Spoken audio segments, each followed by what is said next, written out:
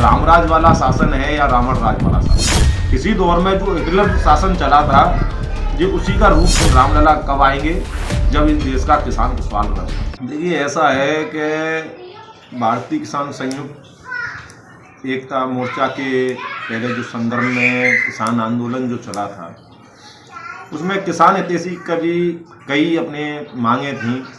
जैसे कि उस समय पर मोदी सरकार ने जो 3 कृषि कानून काले बिल को पास किए थे, वो भी था, और एमएसपी की गारंटी पर जो किसानों की खरीद करने की वो मांग थी, और स्वामीनाथन रिपोर्ट की सिफारिशें वाली भी मांग थी, और अपने किसान मजदूरों पर जो कर्जा है, जो ऋण है, जिसकी मार को काफ़ी समय से किसान और मजदूर वर्ग झेलते हुए आ रहा है, उन मांगों को लेकर उस समय पे भी अपना किसान आंदोलन जारी रहा था, जो करीब 14 महीने चला था, और जिसमें मोदी सरकार ने जो काले बिल जो पास किए थे उनको वापस ले लिया, लेकिन और बाकी जो मांगें थीं उन पर उन्होंने वार्ता में कमेटी गठित कर और मांगें पूरी करने का आश्वासन दिया था, जो आज तक मोदी सरकार नहीं कर पाई। दिल्ली में जो किसान भाइयों का जो आंदोलन चल रहा है, स्थानीय पुलिस प्रशासन द्वारा जो बर्बाद जो आंसू गैस गोले छोड़े जा रहे हैं जी, इसके बारे में आप क्या कहना चाहते हो? इसके बारे में मैं तो यही कहना चाहता हूं कि भाई पूरा देश इस चीज़ को देख रहा है, और ये देश समझे कि जो मोदी सरकार जो है, जो देश का जो शासन है, वो एक रामराज वाला शासन है या रावण राज वाला शासन है। ठीक है ना।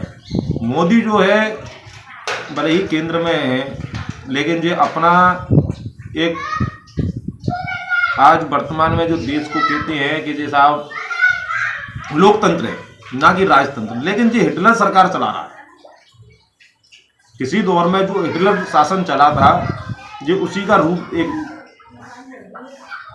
रूपी वो है।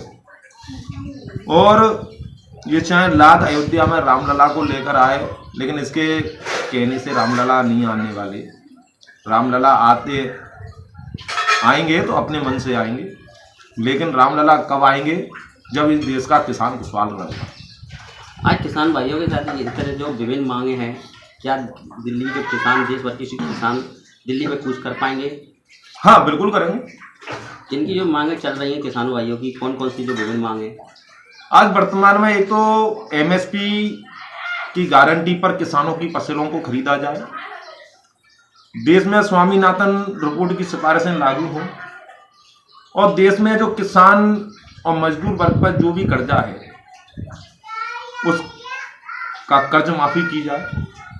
और ऐसी कई मांगे हैं जिन पर काफ़ी समय से वार्ताएं सरकार से चली हैं, लेकिन वार्ताएं सब विफल रही हैं, क्योंकि सरकार कमेटी गठित करने का जो बहाना है, बस उसी बहाने को लेकर बैठी हुई है।